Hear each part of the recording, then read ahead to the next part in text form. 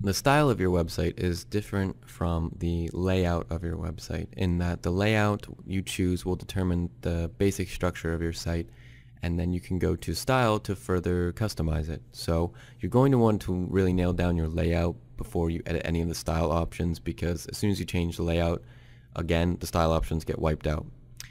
So once you have chosen the layout, you can go to the main menu on the right hand side and click the style button.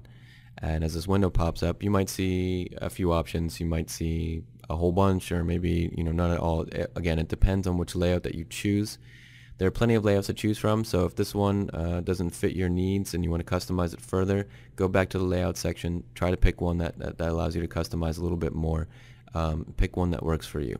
But we can see that this layout allows us to change a couple of different things, like the font properties, the color scheme, the background. So we have some options here. The font styles where you can make changes to the different types of text that you have on your website, including headings, which are usually larger or bold, the regular text, the hyperlinks, the horizontal line divider. There's two previews here on the right hand side. One is for text on a white background and one is for text on a colored background. There are also suggested settings here at the top which automatically change the text style for you. These are based on some predefined settings. I kind of like the classic style, so we can stick with that, but we can also make other changes if we want. I kind of want these headings to stick out a bit more, be a bit more bold. So let's click on this heading 1 button and we'll try a different font. Let's choose Georgia, and I think that works great. I also really don't like this dotted horizontal line, so we can click on the horizontal line and we can just choose the solid line because that one is pretty standard. I like that better. If we want to, we can actually make this a little bit darker. It's kind of light right now with a white background, so we can click on the color and we can make it black, I guess. We can also do the same for the horizontal line color. When our text is displayed on the color background, we can actually make it a little bit lighter so it doesn't stand out as much for the color background. And we can also change the link color. Click on the color box, we'll change it. I think that's good. There's a preview button down here, but we already have a preview, so there's really no point. We'll just click save before we make any other changes. And now we can see the page. It looks pretty good. I just don't like the color of the page title text, so we can click the style button again. This time we're going to click on the color scheme tab.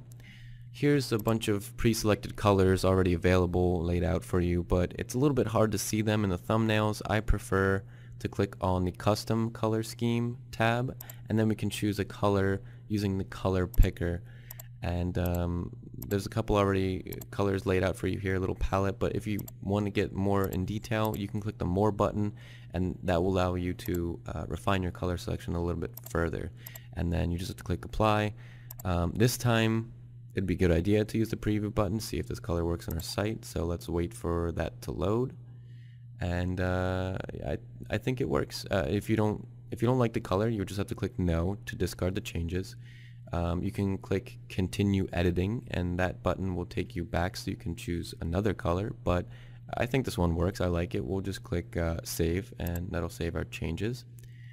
Now if the background color isn't working, you can change that with a lot of templates. If there's a background image, some of them let you change that as well if you don't like it.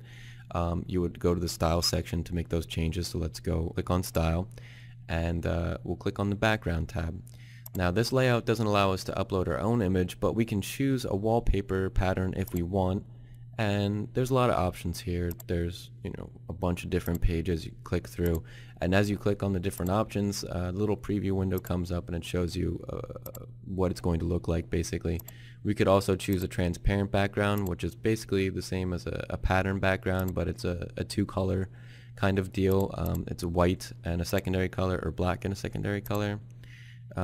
Some of them are actually pretty decent. Let's just stick with the solid color by clicking on the no background pattern or no background image option, and then we can just pick our color like we did before.